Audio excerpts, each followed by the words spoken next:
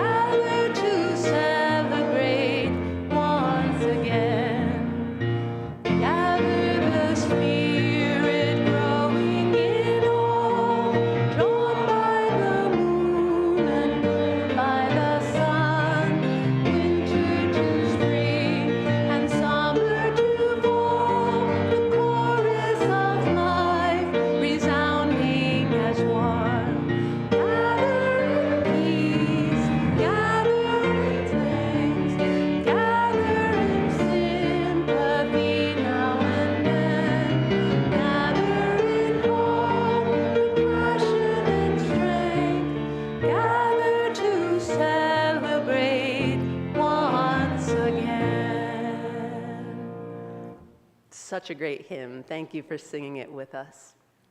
In Unity Hall, I'm going to invite you to turn towards Adam and the cameras and wave to our folks in the pews. Good morning and welcome all. And this is the time in our service when we greet one another and share a word of peace. Online, you may wish to write a word of peace in the chat. And here in Unity Hall, let's try to stick to elbows as we pass the peace this fine morning.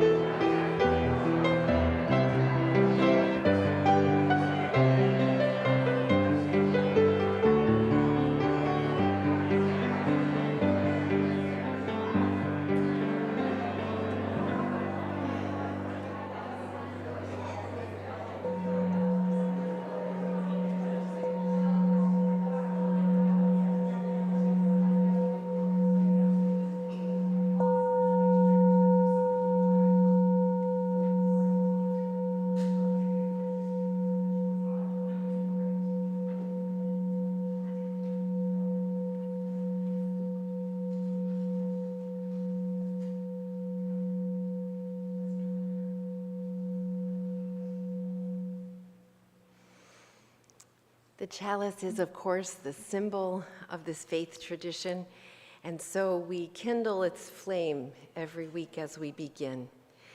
Reverend Caitlin will light the chalice as we together say, "Each time we light the chalice, we renew our commitment to our Unitarian Universalist faith. With the spark of a match, we make it new again, as fresh and surprising as the first day we encountered this spiritual community and realized we were home." Welcome home. And so we will light, we light our peace candle. Caitlin will do so. For migrants traveling from all over the world seeking asylum here in the land of the free and the home of the brave, holding hope that this land will be for them home, a place to live in peace. We give thanks for those good people in places like New York City, Washington, D.C., and just a couple of days ago in Martha's Vineyard, who are extending radical hospitality in these words: "Give me your tired, your poor, your huddled masses yearning to breathe free, the wretched refuse of your teeming shore. Send these, the homeless, tempest-tossed to me. I lift my lamp behind the golden door." Peace to the migrants all over the world and in the lands from which and to which they flee. Amen. Amen. I think we are welcoming our children into the sanctuary at this time. Today is the first day of faith formation. You saw the sign as you walked into the door. A thrilling day for all. And just so many details to tend. I'm just chatting because I'm not sure that the children are lined up outside the door. Are they not? They are. They're on their way. We need a little vamping, Gary. Little vamping, little music. But here they come. They're on their way. Perhaps open both doors. Yeah, good, yeah. Here they come, here they come. Yeah.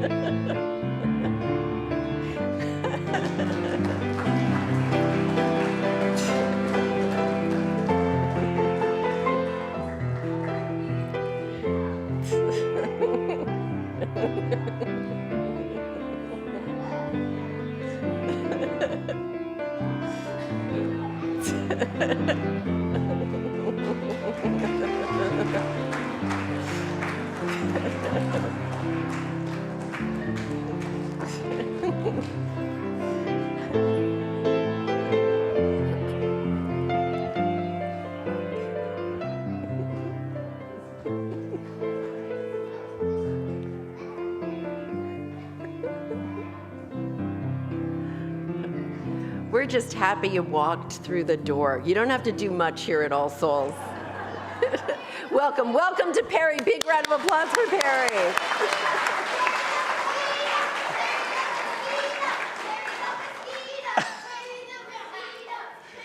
Perry, every year I'm a different animal.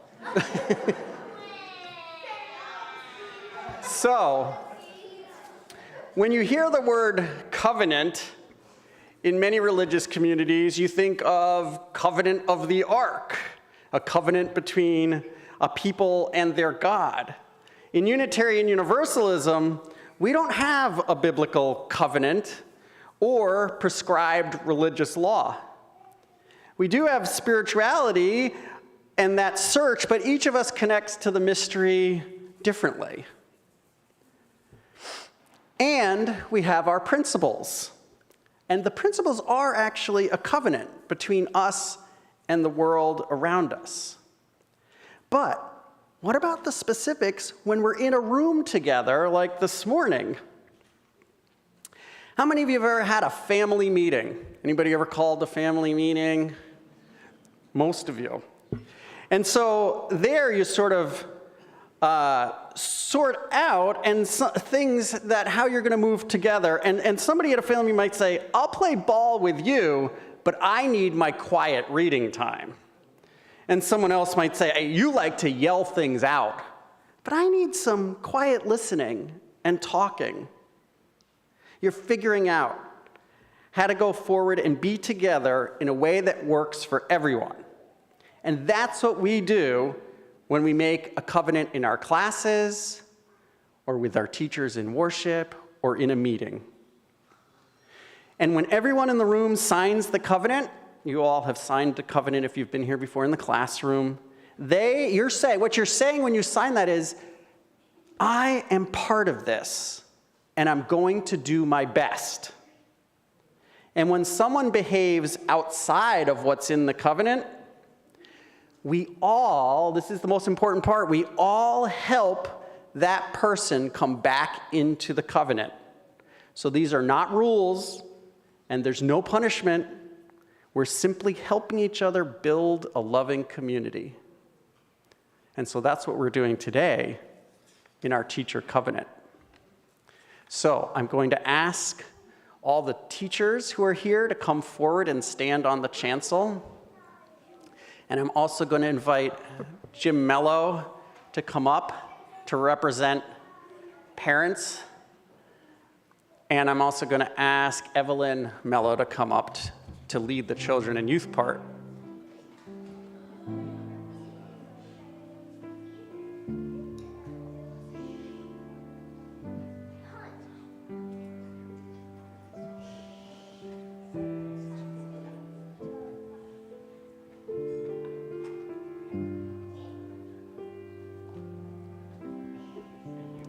Okay, so I'm going to start, and I say to the teachers this morning, we thank you for your commitment to our children and youth. We appreciate your presence as another concerned adult in their lives. There is joy and meaning in being a guide and mentor to young people in this faith community. This is sacred work that is about your spiritual growth as well. I covenant to support and appreciate you. And now, teachers, the words are up on the screen. Katie and the teachers, you may begin your part. We covenant to be present to these young souls, guiding their way. We promise to honor their individuality, to enable discovery and insight. We will show concern for each of them and focus on their well-being. We covenant to bring our best selves to children and youth whom you place in our care. Nice. We needed the next slide, Adam. Okay, so all parents are going to speak this part. Jim is only leading you with the microphone.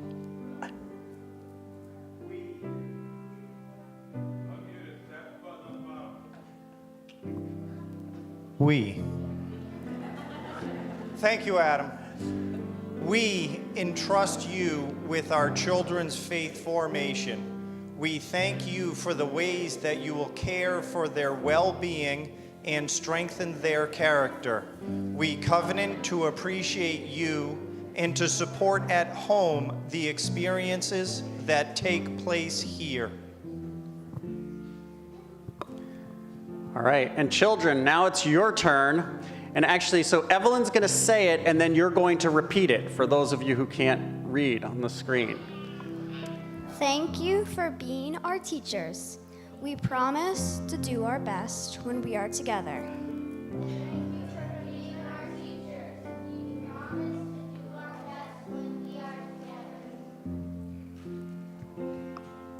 Okay, and the congregation, please speak. We honor the path you have chosen to serve our congregation. We thank you for sharing your presence and the good news of our faith with our children and youth. We covenant to support and appreciate you.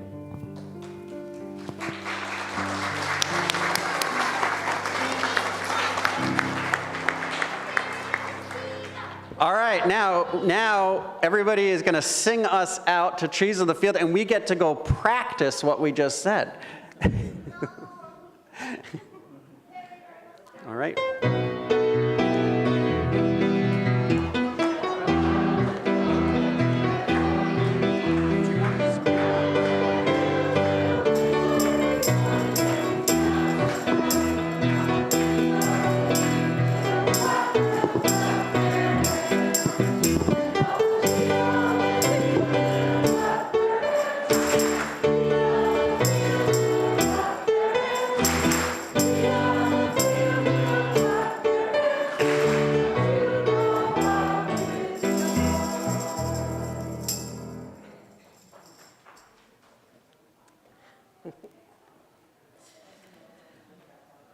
Let's all take a deep breath.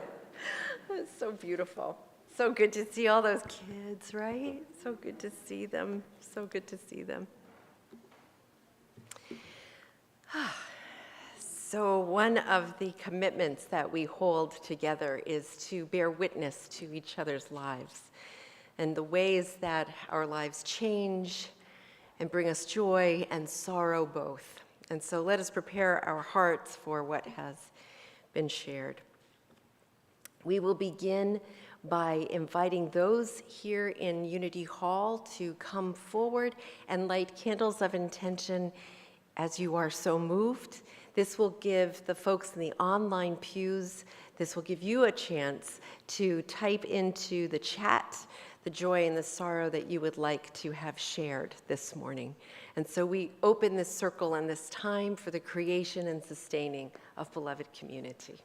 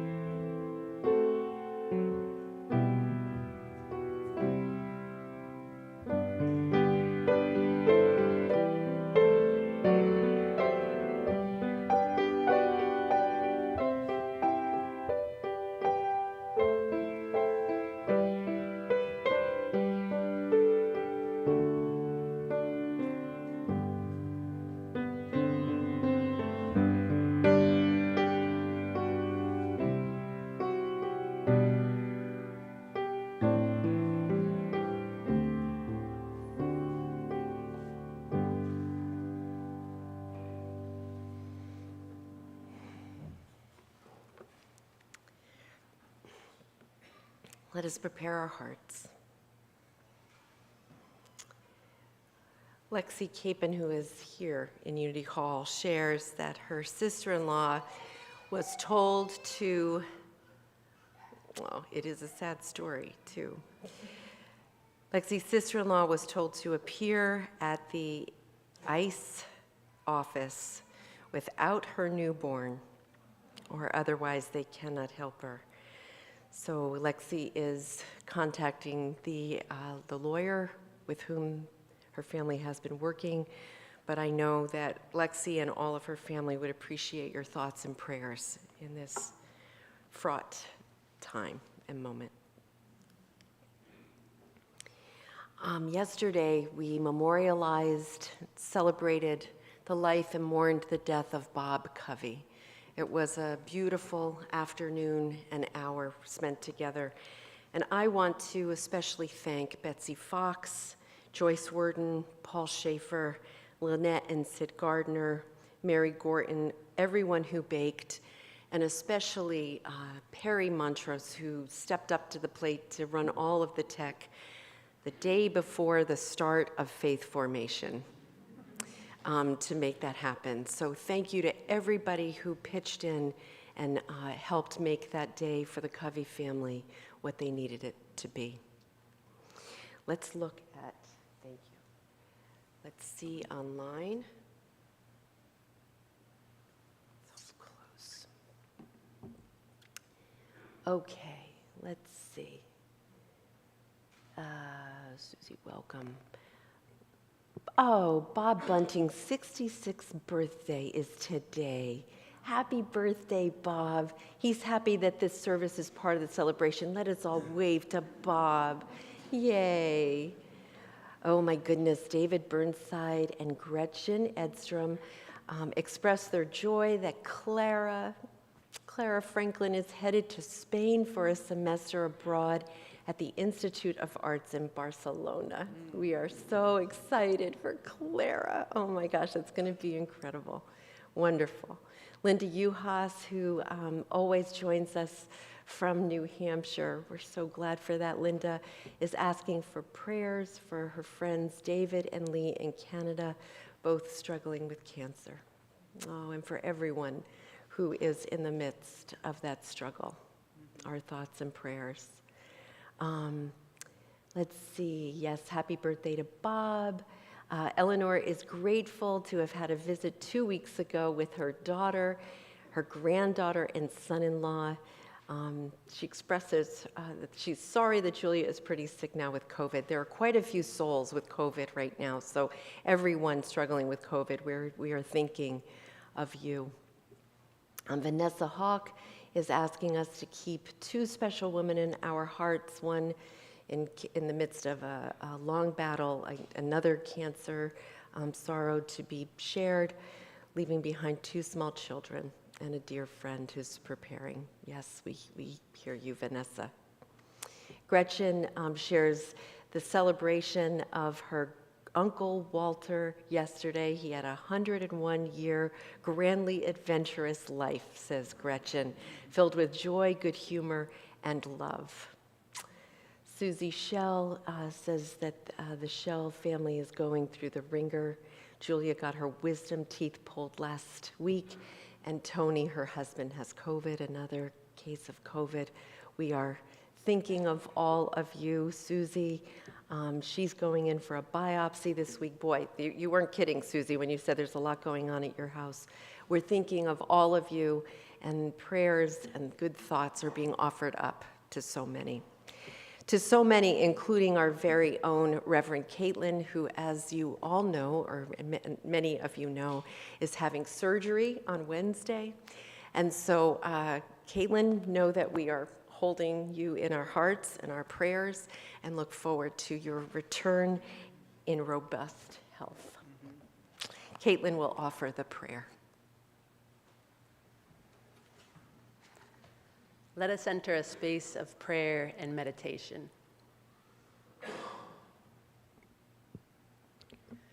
We look back on what is past, near and distant.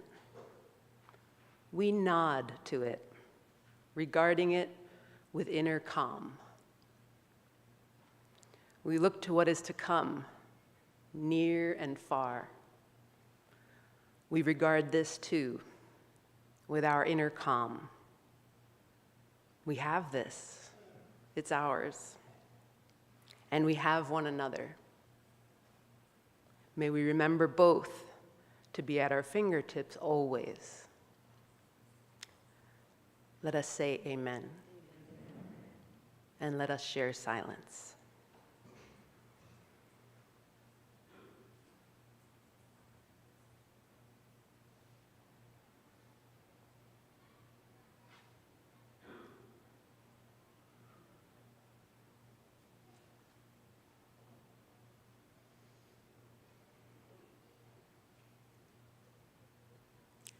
Amen.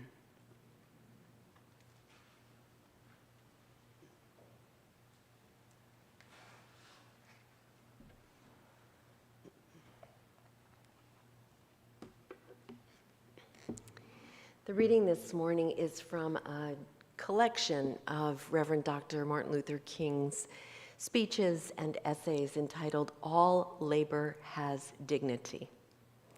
And this reading is from the introduction by Michael K. Honey, who wrote, King's last two poetic speeches in Memphis suggest that King's link to worker struggles for labor rights lay deep within his Christian philosophy and stretched back over a lifetime.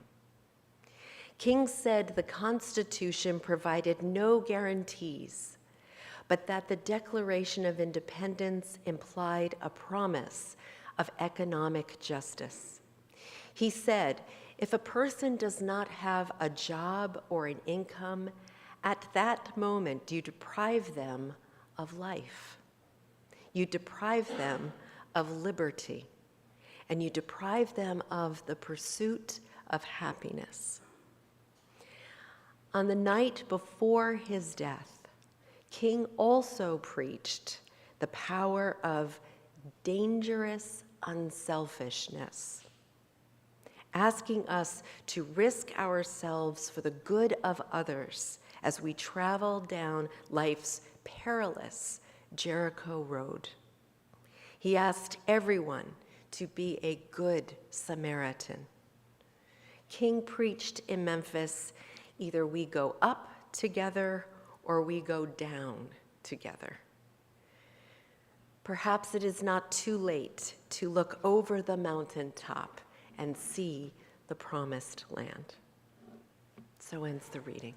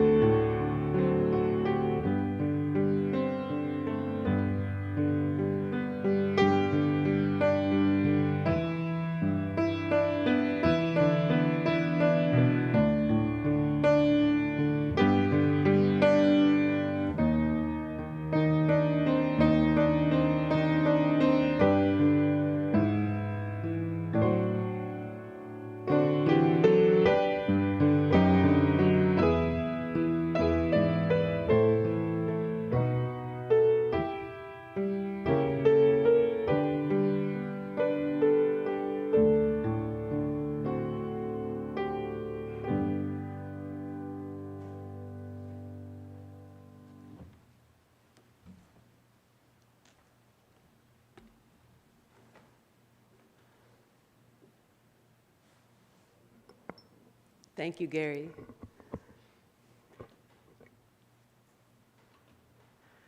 Adam, can you hop to the next slide? This is an image that shows the income tax rate on America's wealthiest citizens from 1917 until now. It has danced from 15 to 40 to 70 to 90% and back to 70, down to 50, and then down more to 28% in the 80s, back to around 40% now, the most recent change being the 2017 tax cuts. If I had more lives to live, I'd attempt a degree in economics, try to sort out all the details of this. But even without that degree, I feel I can confidently say that how the United States taxes its wealthiest citizens has been all over the map for over 100 years. And those choices have had to do with what was going on in our country, what was going on in the world, and who was in power here. People talk about the whiplash that can happen when Republicans and Democrats take turns building up and then dismantling policies. I think this image is a pretty visible example of that. I loved hearing Carolyn's sermon last Sunday about her grandmother's leadership in the labor movement. Labor Day is a time to lift up working Americans and the rights for which they fought, such as the weekend. All labor has dignity, said Martin Luther King Jr. Today's reading title reminded me of when I worked with people coming out of homelessness in Boston. My organization was called a social enterprise. We ran businesses, small businesses that employed people coming out of homelessness, and one of them was a street sweeping business. I can remember in the hustle and bustle of our busy office that there was a tattered piece of paper taped to a door with King's words on it. If you are a street sweeper, decide that you are going to be the best street sweeper there ever was. This transitional employment was a chance to get back on one's feet with a paycheck and the feeling of dignity that comes from working. Yeah, we need to respect labor.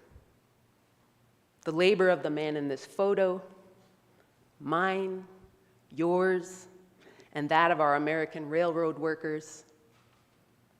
And it's just a fact of history that tangible respect for labor, it just doesn't come without a fight. A collective fight for what is fair. I got a crash course in this right out of college when I worked at a legal aid office for Latino immigrants. The staff formed a union that year. We walked out of the office all together, down 2 blocks to my shabby volunteer corps apartment, but it had a big living room, so that's where we went. And we regrouped. We walked back to the office. We circled around the board members who were meeting. Our demands were reasonable, our demands were fair. We have to be vigilant for justice in the circles where we operate, right? And also in the wider circle. For example, I do find it strange that in the US, income from labor is taxed more aggressively than income from investments and corporate profits. You pay more of your income to the government if your income was earned through labor than you pay if your form of work is stock market investment. The majority of the wealthiest Americans earn their income through capital as opposed to labor. Their capital gains are taxed at a rate that is lower than a laborer's gains or wages. Really, are we okay with that? I'm personally not. I think it should at least be the same rate, a flat rate, a proportional rate, where the same percentage is taken out from the wealthy and the non-wealthy. But no, not here in the US. We've decided to tax the lower income person at a higher rate. So if you're middle class with a modest sized pie of income, you pay a higher percentage of it back to the government than the wealthy person pays on their bigger pie. The higher tax burden, as you see in this image, is on the American with the lower ability to pay. Let's just stop there. What on earth is up with that? What is up with that? And when you add loopholes and estate transfers at death, the wealthy person's sliver of pie tax becomes even narrower than this image reflects. All Souls hosted a Braver Angels workshop on Zoom this past week, where we looked at the harm of polarization between Democrats and Republicans. A suggestion came up to read serious commentary from the other side, instead of just taking in cable TV stuff. So I did read articles about wealthy tax rates via the National Review and the Heritage Foundation. And so far, the main argument I've come across is that the wealthy are paying more tax dollars than the non-wealthy are. They pay about 38% of the US taxes that get taken in. They're paying more dollars, yes, because they have a great many dollars. They have the bigger pie. But it remains true that they surrender to the government a smaller percentage of their income than does an American who has less money. Some conservatives have made the argument that keeping tax rates low for wealthy Americans will lead them to invest more and accelerate the economy. Taking a look at this image, early data showed that the 2017 tax cuts did not have that impact. The blue bars in this image are business investments and growth before the tax cuts, and the orange bars are after. Note that the only item that did grow was government spending.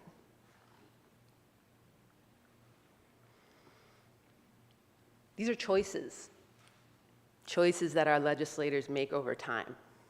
From the 1940s to the 80s, the tax rate on capital income was around 40%. Since the 1980s, this tax rate has gone down to more like 20%. And while this wealth tax rate has gone down, the tax rate on labor income has gone up. This is why billionaire Warren Buffett famously said that his secretary pays a higher percentage of her income in taxes than he does. From 1970 to now, if you adjust for inflation, wages for middle-class workers have barely budged. But in these same decades, the tax rate on labor has gone up. And in these same decades, the income of wealthy Americans has gone up, while their tax rate has gone down. Here's a moving image of income growth between 1917 and 2007, comparing the upward climb of the wealthy 1% and the relatively flat line of the other 99% of us.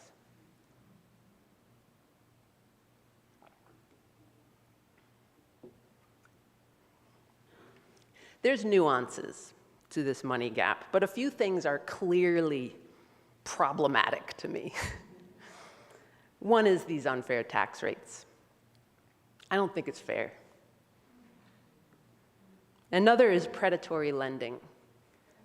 Elizabeth Warren tells a story about how she had become, an expert in bankruptcy. So Citibank called her to their main offices to do a workshop on what they should do about how some of their borrowers end up declaring bankruptcy and the losses they experience because of that. So she earnestly gave this workshop and ultimately suggested that they stop lending to people who can't pay it back. One of the bigwigs in the room said, "We have no interest in cutting back our lending to these people.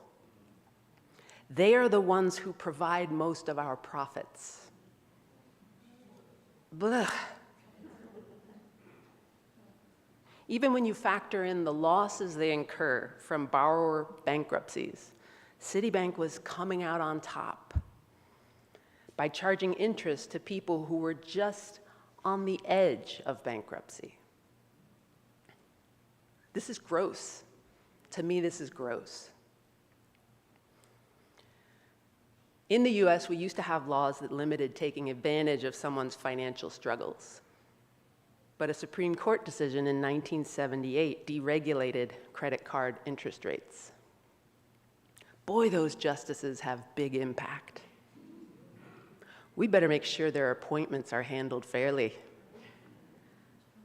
In the 7 years since their 1978 decision, if you see on this image, Americans' revolving debt on credit cards jumped from $48 billion to $131 billion. And in 2022, that credit card debt level is at $885 billion. American workers whose wages have been flatlined, whose living expenses have gone up, especially healthcare. They've leaned on credit cards to get by, and with restrictions lifted on interest rates, credit card companies are making billions and billions of dollars on Americans' struggles to pay their bills.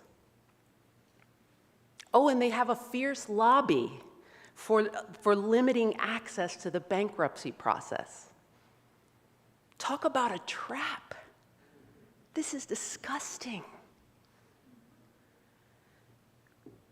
Over these decades I've just described, why are our legislators and court justices so reliably voting for advantages for the wealthy as opposed to the working and middle class? I don't want to oversimplify this, but I do have to stick to time.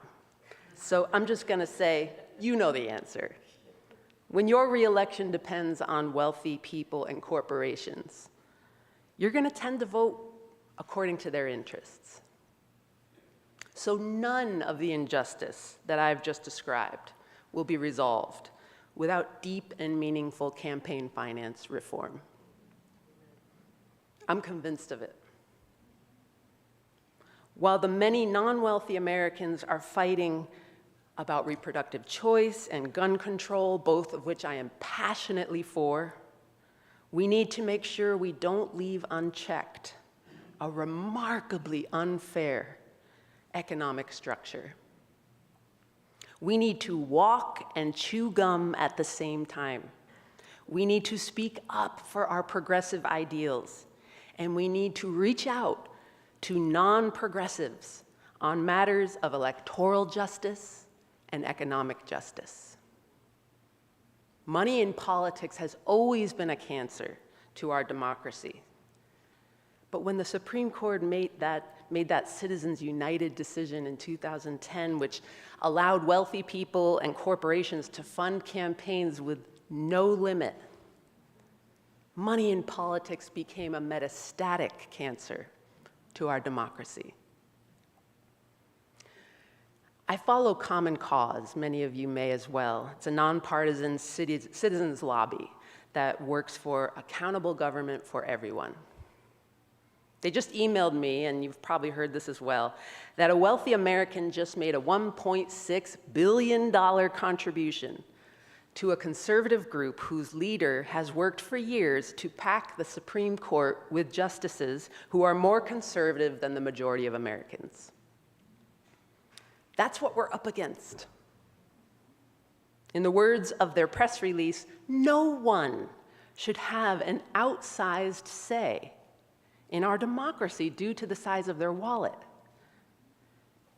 And in my words, don't call it a democracy if it can be bought. Don't call it a democracy. Quick FYI, there's legislation pending in the US Congress called the Disclose Act that would at least require the disclosure of donations within 24 hours instead of the current 3-month delay for the disclosure. Contact your reps to push for it. If we aren't making these contacts and staying on top of these issues, if ordinary people aren't organized, those in power just won't be held accountable to us. I was on 2 evening Zoom calls this past week. One was with the Braver Angels workshop that I shared about, and some of you joined me. And the next was time with UU the Vote, Connecticut UU's gathering about electoral justice. And a big focus in Connecticut right now is to promote early voting. Did you know, I did not before this Zoom call, that Connecticut is one of only 4 states that limits voting to 1 day, which we know disadvantages those with labor demands, those with caregiving demands, transportation challenges. So there will be a referendum on your voting ballot in November. It's going to ask you, shall the Constitution of the state be amended to permit the General Assembly to provide for early voting? And my answer will be yes, it shall. The more we are voting, the more we're connecting with one another, even across differences, the better chance we have of living in a fair economy. No question about it. I'd like to close with an uplifting example of this. There's an interfaith organizing group in the New Haven, Fairfield County area called Connect. And I had the chance to talk with their lead organizer this week. Their model is for faith communities to have small group meetings and talk about what is impacting their lives. And then leaders from those communities get together to choose particular issues to collaborate on and apply their people power to, apply their numbers to. So in 2010, he said a key topic that was bubbling up from all the faith communities was the cost of healthcare. So a Connect working group researched the issue and zeroed in on health insurance premium rates. They learned that the Connecticut Insurance Department can require insurance companies to present and defend their proposed rate hikes in public, in a public hearing. Back in 2010, the CID just wasn't calling those hearings.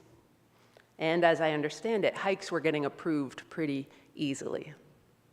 So the Connect faith leaders all got together and advocated together, showed up, filled rooms, and long story short, they helped to establish the requirement for the state of Connecticut that these public hearings shed light on the charges that healthcare companies were trying to charge.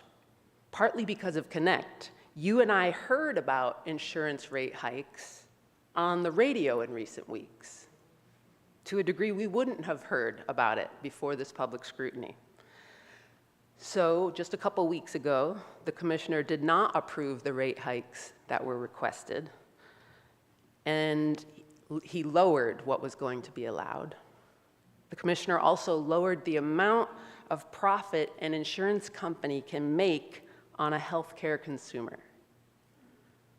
Still more work to be done, but Connect calculates that their collective efforts have saved Connecticut consumers at least $200 million in healthcare costs.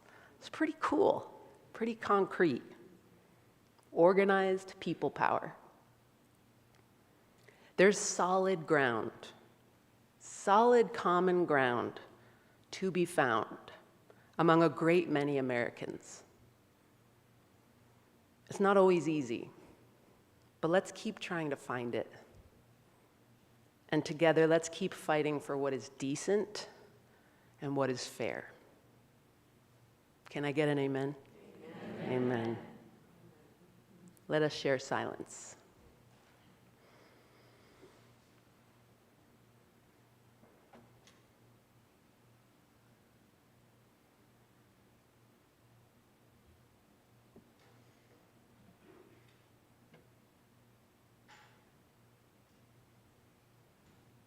Amen.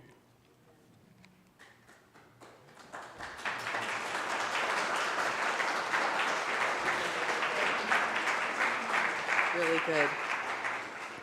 We can count on Caitlin to do the deep dive that a topic such as this one demands of us as we think about these questions. So thank you for that, Caitlin. I learned so much.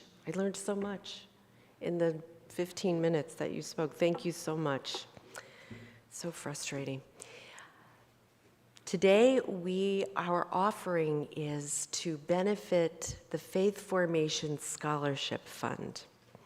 Our Faith Formation ministry asks of families for a registration fee And we want to make sure that all families are able to access the support they may need to offer this fee for the programming. So thank you for your generous contribution to this fund, both for the scholarship and for the Faith Formation Ministry. Let us speak these words together. We give to the work of All Souls. Our work weaves the fabric of love called community. To this end, we dedicate ourselves and this, our offering. The offering will be gratefully received.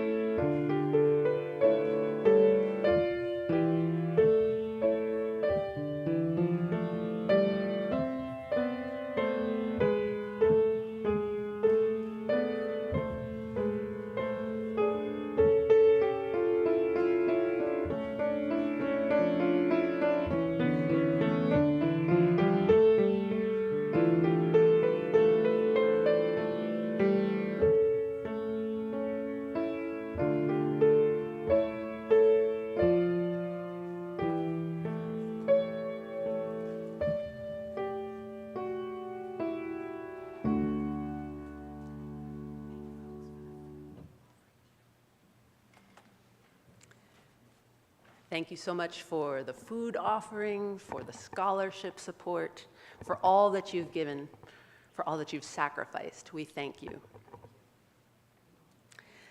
Please rise in body and or in spirit to sing our closing hymn, One More Step.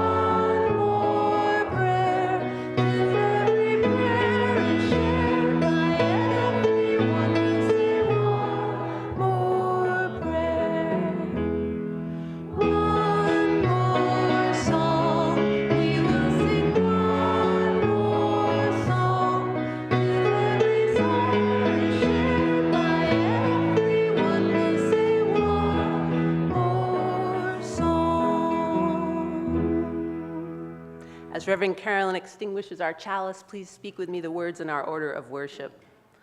The service has ended, but our work is not yet done. May our spirits be renewed and our purpose resolved as we meet the challenges of the week. The chalice flame is extinguished until once again ignited by the strength of our communion. Online and in Unity Hall, I invite you into a gesture of reaching out and connecting, because that is what we most need in our personal lives and in our lives as citizens of a country that is always under construction. Let us be alert and let us be vocal. with one more word, one more prayer, one more song. We will do our part. Let us say amen. Amen. Please be seated for the postlude.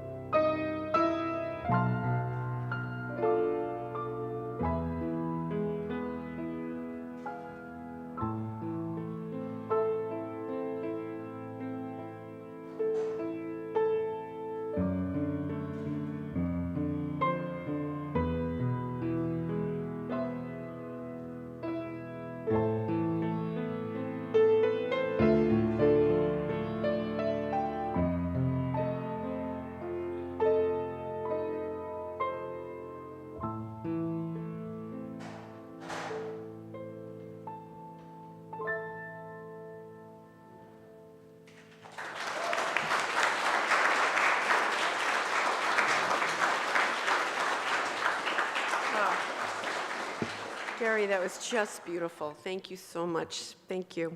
Oh, just great. What a good morning. A couple things for everyone to know.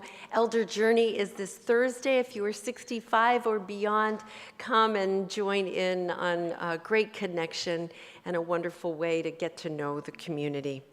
The October 1st event that we had hoped to offer on reproductive justice has been postponed, so stay tuned and we'll let you know when that is happening again. Did I say that Elder Journey was at noon? Did I say noon? It's at noon, just so you know. What? Bring your lunch. Yeah, bring your lunch, and dessert and beverages are offered.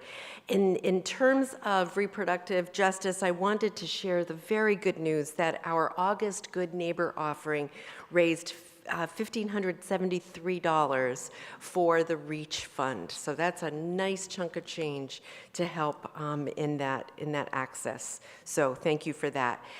Parents, you'll be picking up your children in the Peace Garden around the way. And next week, Diane Daniels will be preaching. She has been a guest in our pulpit before.